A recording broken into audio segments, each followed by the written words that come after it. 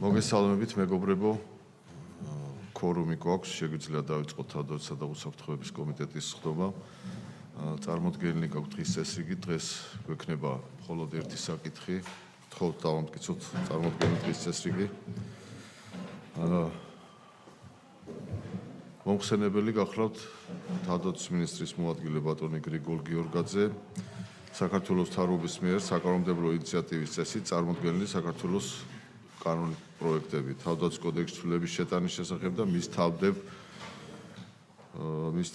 თამდებ კანონ პროექტთან საქართველოს მოქალაქეების, საქართველოსთან გასვლისა და საქართველოს შემოსვლის წესების მიხედვით. გთხოვთ ბატონო გრიგოლ, პირველი მოსმენით წარმოადგინოთ. მოგესალმებით. პირველი მოსმენით განსახილველად წარმოგიდგენთ თავდაცვის კოდექსში განსახორციელებელ ცვლილებებზე ინფორმაციას.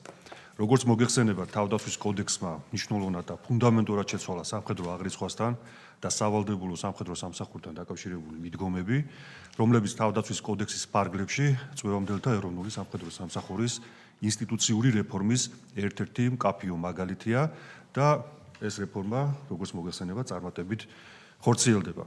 კოდექსის მიღების შემდგომ გავლილი პერიოდის გათვალისწინებით მისი პრაქტიკაში იმპლემენტაციის პროცესში გამოიკვეთა რიგი საკითხების დაზუსტების შეცვლის აუცილებლობა, რაც პერიოდულად აისხა კიდევაც კოდექსში. აღნიშნულის უზრუნველყოფად მომზადდა წარმოდგენილი პროექტიც, რომელიც მიზნად ისახავს წვევამდელთა სამხედრო აღრიცხვისა და წვევამდელთა ეროვნული სამხედრო სამსახურის ორგანიზებასთან, ასევე საქართველოს თავდაცვის ძალებში სამსახურის გავლასთან დაკავშირებული საკითხების დაზუსტებას დახვეწას და მოგახსენებთ კონკრეტულად თუ რას ითვალისწინებს ეს ცვლილებები. პირველი ეს ეხება სამხედრო მოსამსახურის მიერ შეთავსებითი საქმიანობის პროცედურული საკითხების დაზუსტების უზრუნველყოფად მიეთითება აღნიშნული საქმიანობის განხორციელებისათვის გაცემული წერილობითი თანხმობის ვადა 1 წელი. ამასთან თავსებადი საქმიანობისათვის თანხმობის მისაღებად საჭიროა ორგანიზაციული საკითხები, როგორიცაა მიმართვის პროცედურები, ვადები და თანხმობის მიღების ფორმები, რომელიც მოწესრიგდება საქართველოს თავდაცვის მინისტრის სამართლებრივი აქტით. განხორციელდება ტექნიკური ცვლილება და თანამდებობიდან დროებით გათავისუფლების ნაცვლად მიეთითება თანამდებობიდან გათავისუფლება. პირის წვევამდელთა სამხედრო აღრიცხვაზე აყვანისა და წვევამდელთა ეროვნულ სამხედრო სამსახურში გასაწვევად გამოძახების ორგანიზაციული საკითხების დაზუსტებით მიზნით განისაზღვრება წვევამდელთა სამხედრო აღრიცხვაზე აყვანისათვის და წვევამდელთა ეროვნულ სამხედრო სამსახურში გაწვევისათვის პირის გამოძახების პროცედურები. ამასთან პირის ოჯახის წევრები, რომლებსაც შეიძლება ჩაბარდეთ პირის წვევამდელთა სამხედრო აღრიცხვაზე აყვანისა და წვევამდელთა ეროვნულ სამხედრო სამსახურში გაწვევის შესახებ შეტყობინება უწყება. ეს საკითხები განისაზღვრება საქართველოს მთავრობის დადგენილებით. ცვლილების მიხედვით პირი, რომელიც წვევამდელთა ეროვნულ სამხედრო სამსახურის გადის საკონტრაქტო სამსახურის სახით, მის მიერ კონტრაქტის შეწყვეტის შემთხვევაში ავტომატურად იქნება გადაყვანილი 8 თვიან წვევამდელთა ეროვნულ სამხედრო სამსახურში.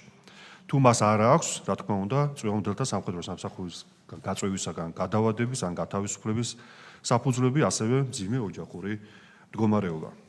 ამასთან პროფესიული სამხედრო სამსახურიდან წვევამდელთა ეროვნულ სამხედრო სამსახურში გადაყვანილ პირს კონტრაქტის დარღვევის გამო ჯარიმის გადახდის ვალდებულება გადაუვადება 8 თვის ვადით, რა ვადითაც ის გადავა სავალდებულო სამხედრო სამსახურში, ხოლო სამსახურის დასრულების შემდეგ ჯარიმის გადახდის ვალდებულება საერთოდ შეუწყდება. რაც შეეხება შემდეგ ცვლილებას, განზოგადდება ნორმა და სამხედრო სამსახურში მიღებამდე პირის შერჩევის პროცედურები გავრცელდება ასევე არასაკონტრაქტო სამხედრო მოსამსახურეებზე, საკონტრაქტოს მსგავსად, რაც გულისხმობს ფიზიკურ, სამედიცინო, ფსიქოლოგიურ და სპეციალურ შემოწმებას, აგრეთვე წინასწარ გასაზრდულ შემთხვევაში გასაუბრებას. საქართველოს თავდაცვის ძალებში დასაქმებული სამოქალაქო პირის სამსახურის გავლასთან დაკავშირებით ზუსტება, რომ საქართველოს თავდაცვის მინისტრის სამართლებრივი აქტით განისაზღვრება სამსახურის გავლის წესი. მათ შორის სამსახურში მიღების, სამსახურიდან გათავისუფლების, წახალისებისა და დისციპლინური პასუხისმგებლობის საფუძვლები და სხვა საკითხები. გარდამავალი დებულებიდან ამოღებული იქნება ნორმა, რომელიც რეალურად არასდროს გამოყენებულა, აქტუალურიც აღარ არის და შესაბამისად ეს ბოლო ცვლილებას ამას ეხება ამოდის ნორმა გარდამავალი დებულებებით. თავდაცვის კოდექსში ცვლილებებს ასევე აქვს თამდევი კანონის პროექტი საქართველოს მოქალაქეების საქართველოსთან გასვლისა და საქართველოში შემოსვლის წესების შესახებ საქართველოს კანონის პროექტი, რომელიც ტერმინოლოგიურ გასწორებას ისახავს მიზნად. კერძოდ, ქვეყნის ფარგლებს გარეთ მყოფი წვევამდელის გასაწვევად გამოძახების ნაწილში ტერმინი სათანადო შეტყობინების მიღებისთანავე შეიცვლება ტერმინით სათანადო შეტყობინების უწყების ჩაბარებისთანავე. სხვა დანარჩენი პროცედურები ამასთან დაკავშირებით სიახლე არ არის, ეს წლებია მოქმედებს, მათ შორის თავდაცვის კოდექსამდეც, აქ უბრალოდ ტერმინოლოგიური გასწორება ხდება. მადლობა, საერთოდ უპასუხო კითხვებს. მადლობა კოლეგებო, კითხვები თუ გაქვთ?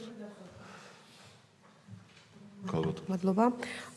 პირველი რაც მაინტერესებს, პირველი რაც არის, არა უმეტეს 1 წლის ვადით. ეს ერთჯერადად გრიგოლ თუ ყოველ წელს შეიძლება თავიდან დასჭირდეს ამ ისი რა ქვია, სამინისტროს წინასწარი წერილობითი თანხმობა. ყოველ ჯერზე, ყოველ 1 წელს იგულისხმება თუ მხოლოდ ერთჯერადად?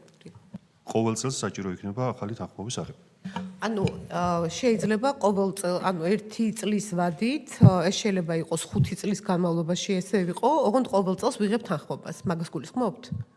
დიახ, უბრალოდ ეს მხოლოდ სამხედროებისთვის არ არის, მოგეხსენებათ ზოგადად საჯარო სამსახურშიც ესე არის, აქ უბრალოდ დაზუსტა სამხედრო მოსამსახურეების შემთხვევაში ეს ვადა არ იყო დაზუსტებული და რაც შეეხება ამ პერიოდულობას, ეს განპირობებულია იმით, რომ ყოველთვის უნდა შეფასდეს რაიმე ხო არ აქვს ხელის შემშლელი, რაც სამხედრო სამსახურის გავლის შემაფერხებელი იქნება ეს შეთავსებითი საქმიანობა და ამით არის განპირობებული ყოველწლიურად შეფასება ამ საკითხის.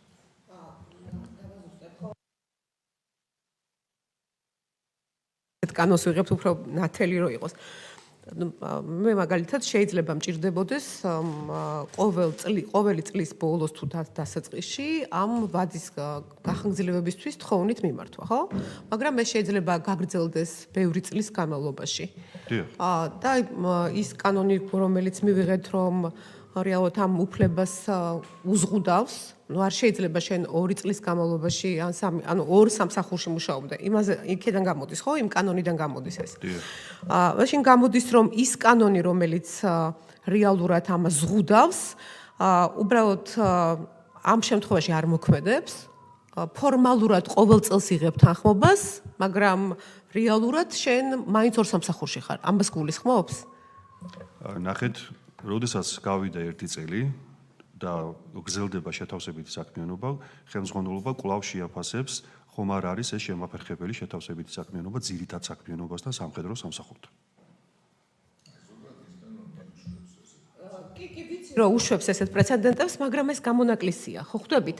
მაგრამ თუ გამონაკლისი 1 წელი, 2 წელი, 3 წელი, 4 წელი გრძელდება, ის არ არის გამონაკლისი. ნახეთ, ანუ რეალურად მინდა რომ მესმის, რასაც გულისხმობთ, უბრალოდ ნახეთ, როცა რაღაცა კანონი, ანუ ეს კანონი რეალურად კორუფციის შესახებ, ხო? რეალურად ამ თითქოს კორუფცია უნდა გამორიცხოს, რეალურად ამას ეხება.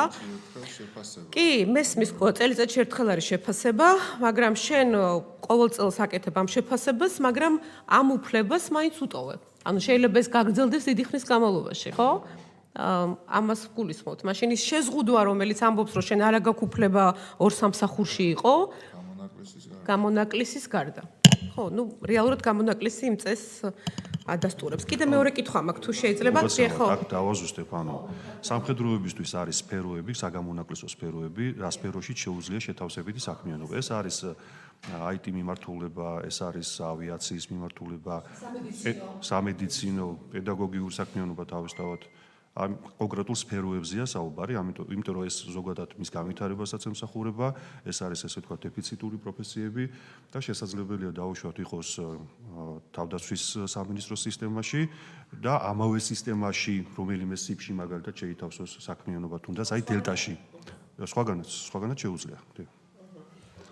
დაზუსტება, როდესაც სამინისტროს ალბათ დაზუსტება ალბათ, ხო? მინისტრის განკარგულებით ან ბრძანებით ალბათ დაზუსტება. თუ აი რაც გვაქვს კანონში, აი ეს არის მხოლოდ მითითებული. თუ აქაც უფრო მეტი ჩაშლა იქნება ალბათ.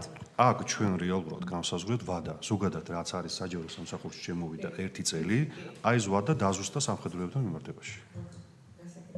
კითხვები გაქვთ? კიდე რამდენიმე კითხვა მაქვს კიდე.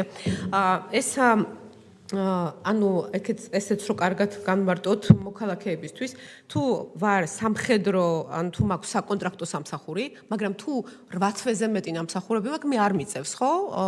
სავალდებულო სამსახური. დავუზუსტოთ, რომ გაიგონ კარგად, მე ესე გავიგე. ეგრე არ არის, კი ბატონო. დაგვიზუსტეთ აბა. ანუ პირი არის საკონტრაქტო სამსახურში. და აქ რო წერია თუ ეს მას 8 თვეზე ნაკლები ხო, 8 წერია თუ 8 თვეზე ნაკლები აქვს. მაშინ უწევს სავალდებულო სამსახური და თუ არა, ხო? განმარტეთ ბატონო გრიგორ. კი ბატონო. აქ ჩვენ გვაქვს ესეთი მოცემულობა. მაგალითად, ახალგაზრდამ გადაწყვიტა საკონტრაქტო სამხედრო სამსახურში გავლა. ამ შემთხვევაში ის დაამოდროულად არის წვევამდელი სასაკის, ამ შემთხვევაში ის სავალდებულო სამხედრო სამსახურში არ იქნება გაწვეული. მინიმუმ უნდა 11 თვე მაინც იმსახუროს, რომ ეს 12 თვე, 1 წელი მაინც უნდა იმსახუროს, რომ ჩაეთვალოს, მაგრამ იმ შემთხვევაში თუ მაგალითად მე-13 თვეს, მე-4 თვეს, მე-5 თვეს გადაწყვიტა და არასაპატიო მიზეზით არღვევს ვადამდე საკონტრაქტო სამსახურს, ამ შემთხვევაში ის ავტომატურად ამცრულებით ავტომატურად გადავა სავალდებულო სამხედრო სამსახურში 8 თვიანზე. მნიშვნელოვანია ეს მოქალაქეებისთვის, რა თქმა უნდა, იმიტომ რომ მათ მნიშვნელოვანი ის არის, რომ საკონტრაქტო პირობებით გათვალისწინებული რაც აქვს მას დაკისრებული, მას ის აღარ იხდის ამ შემთხვევაში, როდესაც უკვე გადის იმ 6 თვიან სამსახურს და ამის გავლის შემდეგ მთლიანად უკვე ეს მოთხოვნები, ამ მოთხოვნების შესრულებაზე აღარ ეკისრება პასუხისმგებლობა. მნიშვნელოვანია, იმიტომ რომ შენ პრაქტიკულად აძლევს შესაძლებლობას, რომ საკონტრაქტო სამსახურის გავლით მან აი ეს ვალდებულება, რომ შემდეგ სამხედრო სავალდებულო სამსახურის გავლა რო სჭირდება, ეს ვალდებულება მას აღარ აქვს მერე. ხო, ამას გულისხმობს? კი, ამ მოქალაქეებისთვის განმარტება მნიშვნელოვანია. კიდევ ერთი კითხვა მაქვს, რაც ეხება შეტყობინებასთან დაკავშირებით, აი როდესაც ჩაითვლება, გამოქვეყნება ჩაითვლება შეტყობინებად. შესაძლებელი რჩება თუ არა შემდეგ იმ აქტის გასაჩივრება, რომელიც ამის შემდეგ შეიძლება გამოიცეს. დიახ, ეს შეტყობინების ეს პროცედურა, რომელიც როგორც გითხარით, წლებია მოქმედებს და გარკვეული დაზუსტებები ასე 2023-ში მოხდა თავდაცვის კოდექსის შესაბამისად, აქ ამ ცვლილებით არაფერი სიახლე არ ხდება. უბრალოდ რაც არის აპრობირებული შეტყობინების მექანიზმები, ეს სასამართლოს მხრიდან იქნება ადმინისტრაციული ორგანოს მხრიდან თუ ასე შემდეგ, პრაქტიკულად ჩვენ ეს მოდელი გადმოვიტანეთ ამ შემთხვევაში. ბუნებრივია ნებისმიერი აქტი ადმინისტრაციული ორგანოს მიერ გაცემული ექვემდებარება გასაჩივრებას. გასაჩივრების უფლება, რა თქმა უნდა, არსებობს. და იმიტომ მქონდა რაღაც შემთხვევა გასაჩივრება რო არაჩერებდა აქტის მოქმედებას, ამ შემთხვევაში გასაჩივრება აქტის მოქმედებას შეაჩერებს. არა, ამ შემთხვევაში არ შეაჩერებს. არ შეაჩერებს. თუმცა ზოგადი ადმინისტრაციული კოდექსი მეშვეობით თუ კონკრეტულ შემთხვევაში მოსამართლე მიიჩნევს, რომ ეს გამოუსწორებელ ზიანს მიაყენებს, ზოგადი ადმინისტრაციული კოდექსით ეს სასამართლოს ისედაც შეუძლია. შუამდგომლობის საფუძველზე. მადლობა ქალბატონო სოფო, კითხვები თუ არის კიდევ? ბატონო თენგის. ჩართეთ მიკროფონი. რაღაც საინტერესო სიახლე არის ამ ჯარიმასთან დაკავშირებით, რომ თუ ამ ჯარიმის ის პირობა აღმოფხრილი იქნა, ანუ მე წავედი, მაშინ ამ შემთხვევაში თავისუფლდები. ეს აქამდე ასეთი რამე არ იყო. ძალიან მისასალმებელი რაღაც ისეთ სიახლეა და ცოტა უფრო მოსახლეობისთვისაც საინტერესოა და ჩვენთვისაც. კი ბატონო, მოგახსენებთ, ამ შემთხვევაში ჩვენ დღეს მოქმედი კანონმდებლობით საკონტრაქტო სამხედრო სამსახურის შემთხვევაში თუ დაარღვევს კონტრაქტს და ვადაზე ადრე წავა ჯარიდან, ამ შემთხვევაში ჯარიმა ეკისრება, მაგრამ თუ ის დაბრუნდება ჯარში, ამ შემთხვევაში უკვე ხდება რეალურად გადავადება ამ ჯარიმის, ვიდრე არ მაგას კითხულობს ბატონო თენგიზ, აქამდე ასე არ იყო? აქამდე იყო ასე, უბრალოდ ამ კონკრეტულ შემთხვევაში თუ საკონტრაქტო სამხედრო სამსახურს არღვევს და ანუ მალევე ასე ვთქვათ, ამ შემთხვევაში ავტომატურად გადადის 8 თვიან სავალდებულო სამხედრო სამსახურზე და ის მექანიზმი, რაც ჩვენ ეხლა ვახსენეთ, რაც არსებობს, თუ დაბრუნდა რომ ჯარიმისგან რეალურად თავისუფლდება, აქაც მსგავსი იქნება, ანუ დაასრულა 8 თვიანი და გათავისუფლდება ჯარიმისგან. ძალიან ობიექტური და საინტერესო სიახლეა, მადლობა. შეიძლება რომ ესეც ასევე მოქალაქეებისთვის განმარტოთ, აი თანამდებობიდან გათავისუფლებას რაც ეხება, ცვლილებები რომელიც შედის, რით იყო განპირობებული და რას მოაწესრიგებს აი ეს ცვლილება. ეს პრაქტიკულად არის ტექნიკური საკითხი, ანუ როდესაც ხდება ეგრეთ წოდებული კადრების განკარგულებაში გაყვანა, ამ შემთხვევაში იმ პოზიციიდან ის თავისუფლდება, ანუ დროებით არა, თავისუფლდება და თუ ახალი პოზიცია იქნება შეთავაზებული, სხვა პოზიცია არის და აქედან გამომდინარე დროებითი ამოდის ტერმინი. ანუ კადრების განკარგულება ისევე რჩება. დიახ, შინაარსობრივად აქ არაფერი არ იცვლება. რა თქმა უნდა, ის მექანიზმი რჩება, როდესაც რამდენიმე თვე სისტემაში არის და შესაბამისი პოზიცია უნდა მოიძებნოს. ნუ რეალურადაც ეგრეა. დიახ. კოლეგებო, კითხვები თუ გაქვთ კიდევ? კითხვები არ არის. თქვენ ხო არ გსურთ ბატონო გრიგოლ დასკვეთ სიტყვა? არაფერი, მადლობა. იურიდიულ კომიტეტთან ჩვენ გქონდა კონსულტაციები და მეორე მოსმენისთვის შეგვეძლება მათი შენიშვნები, რაც არის ამ პოზიცია დავაფიქსიროთ. ბატონო, მაშინ კენჭის ხრაზე დავაყენებ საკითხს, ვინ არის მომხრე?